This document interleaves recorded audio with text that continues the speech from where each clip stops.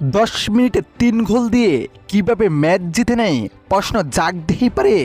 এক কথাই আর্জেন্টিনা হলো চোরের দল, ওরা চুরি করে ম্যাচ জিতেছে। প্রিয় দর্শক, এইবার আর্জেন্টিনাকে দই দিলেন জেনেদিন জিদান। কি বললেন তিনি আর্জেন্টিনাকে নিয়ে, জানানো বিস্তারিত। মিশরের বিপক্ষে শেষ 10 মিনিটে 3 গোল দিয়ে ম্যাচ জিতে নেয় আর্জেন্টিনা। এখানে প্রশ্ন দেখে যায় সকল ফুটবল প্রেমিকদের মাঝে, কিভাবে লাস্ট 10 মিনিটে 3 গোল দিয়ে ম্যাচ জিতল আর্জেন্টিনা।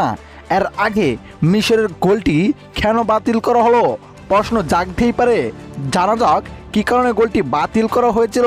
প্রিয় দর্শক, ঘটনাটি ঘটে ম্যাচের 57 মিনিটে দুর্দান্ত গোল দিয়ে দেন মিশর। গোল করে উল্লাসে মেতে ওঠেন তারা, কিন্তু বিআর দেখে গোলটি বাতিল করেন রেফারি। সেখানে শুরু হয় বিতর্কিত সিদ্ধান্ত, যে কারণে গোলটি বাতিল করা হয়েছিল। আর্জেন্টিনার প্লেয়ার মার্টিনেজকে নাকি ফাউল করা হয়েছিল, কিন্তু স্পষ্ট ভাষায় দেখা যায় সেটি ফাউল হয় নাই। দুর্দান্ত গোল করেছিলেন মিশর, সেই গোলটিও বাতিল করে ফেলেন। বিতর্কিত সিদ্ধান্তই গোলটি বাতিল হওয়াতে 1 গোলে পিছিয়ে যায়, ফলে আবারও গোল করে বসেন মিশর। তবে 2 গোল করেও শেষ পর্যন্ত ম্যাচ হারেন আর্জেন্টিনার কাছে। লাস্ট 10 মিনিটে 3 গোল করে ম্যাচ জিতে নেয় আর্জেন্টিনা।